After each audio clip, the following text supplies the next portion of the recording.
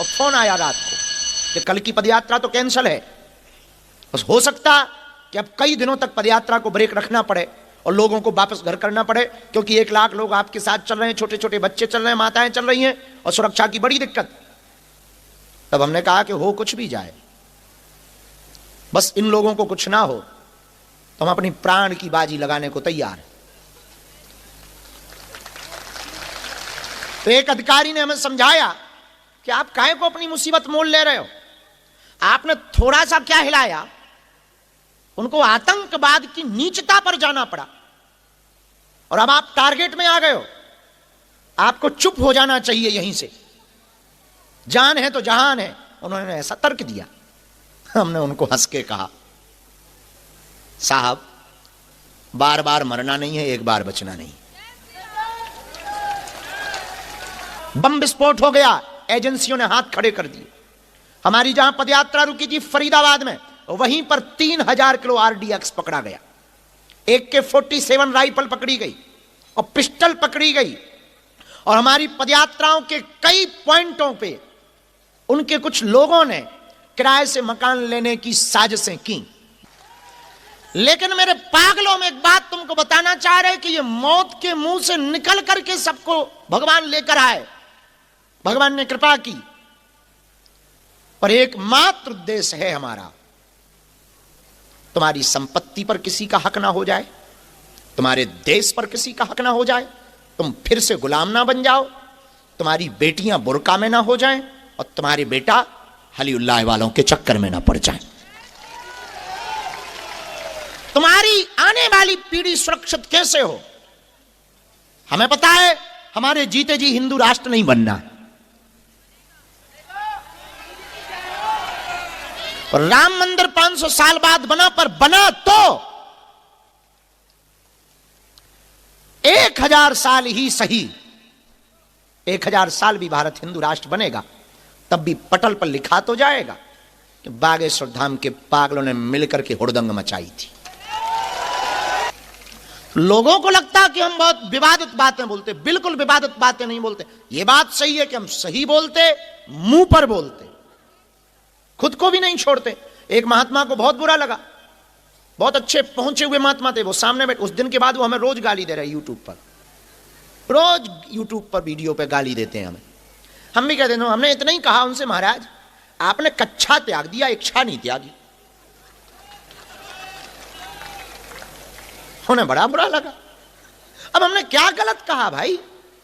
अरे आप महात्मा आदमी हो, सब त्याग दिया, ये ना त्याग पाए, सीधी सीधी बात कह दिए।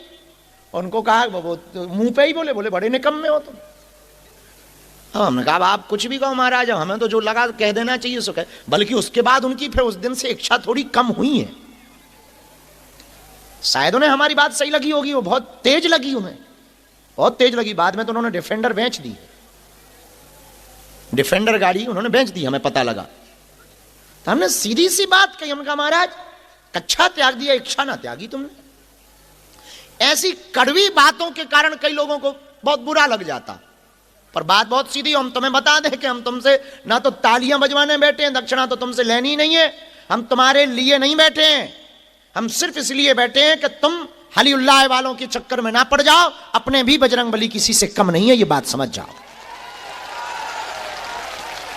हम मात्र इसलिए बैठे हैं कि तुम्हें दरबारों में ना भटकना पड़े, तुम्हें तंत्र मंत्र के चक्कर में ना पड़ना पड़े, तुम्हारी आंखों में आंसू ना रहे, तुम्हें हनुमान जी की कृपा प्राप्त मिल जाए, तुम हनुमान जी के चाकर बन जाओ, तुम हनुमान जी के दास बन जाओ, तुम हनुमान जी के पूजक बन जाओ, तुम हनुमान जी की शक्तियों को महसूस कर पाओ। हम मात्र इसलिए दरबार लगाते, और हमारा कोई उद्देश्य नहीं है चमत्कार दिखा। वरना आओ तो बैल कम, ना आओ सो भीड़ कम, और बढ़िया आनंद है।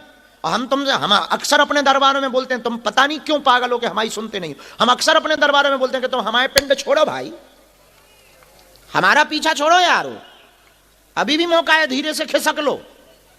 काम हमारे सब उपद्रव वाले हैं।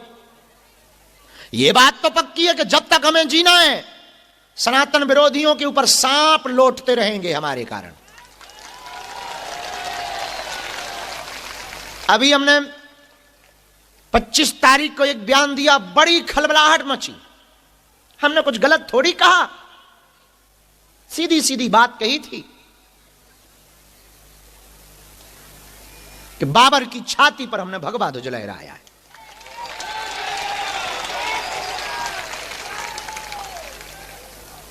लोग कहते हैं कि आप बड़ी विवादित बातें बोलते हो, हम 1% भी विवादित नहीं बोलते हैं, बस थोड़ी सी बात कड़वी कह देते हैं और सत्य कड़वा होता है। और जो आदमी सत्य बोलेगा वो हमेशा निशाने पर रहेगा। हमने छोड़ा किसी को नहीं है सत्य बोलने में, अपने को भी नहीं छोड़ा। इसलिए तुम हमारे प्रवचनों को सुनना, हमने कभी भी माया छोड़ने के प्रवचन नहीं सुनाए और माया छोड़ने के प्रवचन हम सुनाते ही नहीं है, क्योंकि हम खुद माया लेकर प्रवचन करते हैं। जो आदमी 11 लाख रुपया लेकर के प्रवचन सुनाए और वो सुनाए कि माया बेकार है, तो महाराज 11 लाख काहे को तुम ठोके? इतनी माया बेकार है तो तुम काहे को माया लेके आए हो टटरी के बरे? इसलिए हमारे आप एक भी प्रवचन में देख लेंगे माया बेकार है, हमने ये माया छोड़ दो ये बात नहीं हमने कही। माया पकड़े रहो, माधव को अपना बना लो, माया अपने आप छूट जाएगी। इसलिए हमारे प्रवचनों में माया छोड़ने की बातें बिल्कुल भी नहीं है। और हमारे प्रवचनों में उल्टा ये है कि तुम में जितनी दम हो बेटा उतना माया पकड़ो, जितनी दम हो उतना पकड़ो। हमारे ईश्वर में दम होगी, हमारी बातों में दम होगी, तुम्हारे हृदय में भेद करेगा, तुम्हारे हृदय में चुभेगी, तुम्हें अपने आप पता लग जाएगा कि सही क्या है और गलत क्या है। काहे को बेफिजूली में एक पागल आदमी के पीछे? वैसे ही कई लोग तुम्हारे घर पे तुम हमारे नाम से बड़ा कमेंट बड़ा बाबा बाबा बाबा बाबा में पड़े, बेफिजूली में 28 साल के लड़का के चक्कर में जिंदगी बर्बाद कर रहे हो। अभी भी मौका है, खिसक लो आराम से, ट्रेन की टिकट हो तो। लेकिन एक बात हम तुमको कहना चाह रहे, हम तुम्हें जीवन का आईना देना चाह रहे हैं ताकि तुम जिंदगी इतनी सरलता से जी सको कि बात वही बहुत पुराना विचार है हमारा, जेब में भले ही फूटी कौड़ी हो, 1 रुपया ना हो, पर चाल तो ऐसी चलेंगे जैसे कोई राजा चला जा रहा। भले ही बिना शक्कर की चाय पिएंगे, पर शोर इतना सिप सिप का होगा कि पड़ोसी को लगेगा बड़ी मीठी चाय पी रहा है। आदमी हम बहुत उल्टे हैं, बहुत उल्टे आदमी हैं, और हम तुमको भी अपने जैसा बनाना चाह रहे हैं। और शायद ये दुनिया का कोई गुरु तुमसे ऐसा कहे, हमें पता नहीं, पर हम तो कहते हैं कि हम तुम्हें अपने जैसा बनाना चाह रहे हैं। और अपने जैसा इसलिए बनाना चाह रहे कि ना तुम नास्तिक बनो और ना तुम आस्तिक बनो। हम तुम्हें आस्तिक भी नहीं बनाना चाह रहे कि तुम आस्तिक हो जाओ ना, और हम तुम्हें नास्तिक भी नहीं रखना चाह रहे, हम तुमको वास्तविक बनाना चाह रहे। तुम जो हो वो हो जाओ, भले ही कुछ ना हो। जलने वालों को तो जलाओ यारो, ताकि धू धू करके राख हो जाए। जितना जला सकते हो उन्हें जलाओ। जिनको जिस चीज से दिक्कत हो करो।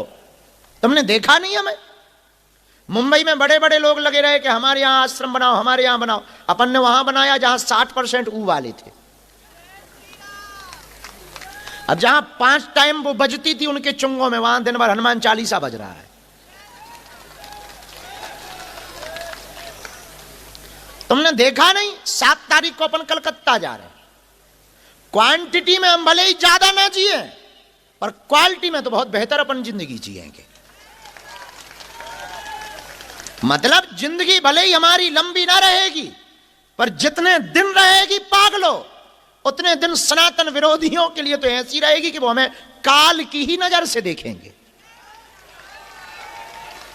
और ये मात्र हम इसलिए कर रहे हैं, हम अपने लिए तो कुछ कर नहीं रहे, मात्र इसलिए कर रहे हैं कि तुम्हारी बेटियां लव जिहाद के चक्कर में ना पड़े, तुम्हारी आने वाली पीढ़ियां बच जाएं, तुम्हारा ये देश, तुम्हारा ये भारत गजवा ये हिंद नहीं भगवा ये हिंद हो जाए। और हम मात्र इसलिए कर रहे हैं, चाहे वो सनातन हिंदू एकता की पदयात्रा हो, सन्यासी बाबा का ये कृपामय स्वभाव। एक महात्मा बोला करते थे, सुबह सुबह सो के उठते थे, हम जमात में गए उनके साथ में। जमात होती है साधुओं की, जो टोली होती है उसको जमात कहते हैं। तो जमात साधुओं के साथ जब हम गए तो एक बात अच्छी बोलते थे वो। सुबह सुबह जब सो के उठते थे तब कहते थे पड़े पड़े, रजाई में, ठंडियों के दिन रजाई में ही पड़े पड़े चिल्लाते थे। ना वो गिनकर देते हैं, ना वो तौल के देते हैं। हमारे सरकार जब भी देते हैं दिल खोल के देते हैं। आपको बात समझ आई है? तो आज की बात में हम आपको कहना चाह रहे हैं, आप ये अपने मन से संदेह निकालो कि आप पर भगवान की कृपा नहीं है। भगवान की ही कृपा है, तब तो भगवान के दर पर हो, वरना कहूं भूत भुतैया के चक्कर में फंसे हो। एक बात तो हम कह दें, ऐसी कहनी नहीं चाहिए, खैर तुम्हारी श्रद्धा को ठेस पहुंचेगी, तुम्हारे भरोसे को भी ठेस पहुंच सकती है, पर अब हमारे पेट में पच नहीं रही। ऐसा होता नहीं है, फिर भी हम कह दे रहे, बड़ी बात कह के। एक घड़ी आपका काम सफल ना भी हो, एक घड़ी मान लो, वो ना गणित में माना की, मान भी लो कि आपका काम सफल ना भी हो, तो बुरा नहीं हो सकता, अहित नहीं हो सकता है, ये तो पक्का है। हनुमान जी के जैसा सर्व सामर्थ्य देवता, हनुमान जी के जैसा सरल देवता इस पृथ्वी पर कोई दूसरा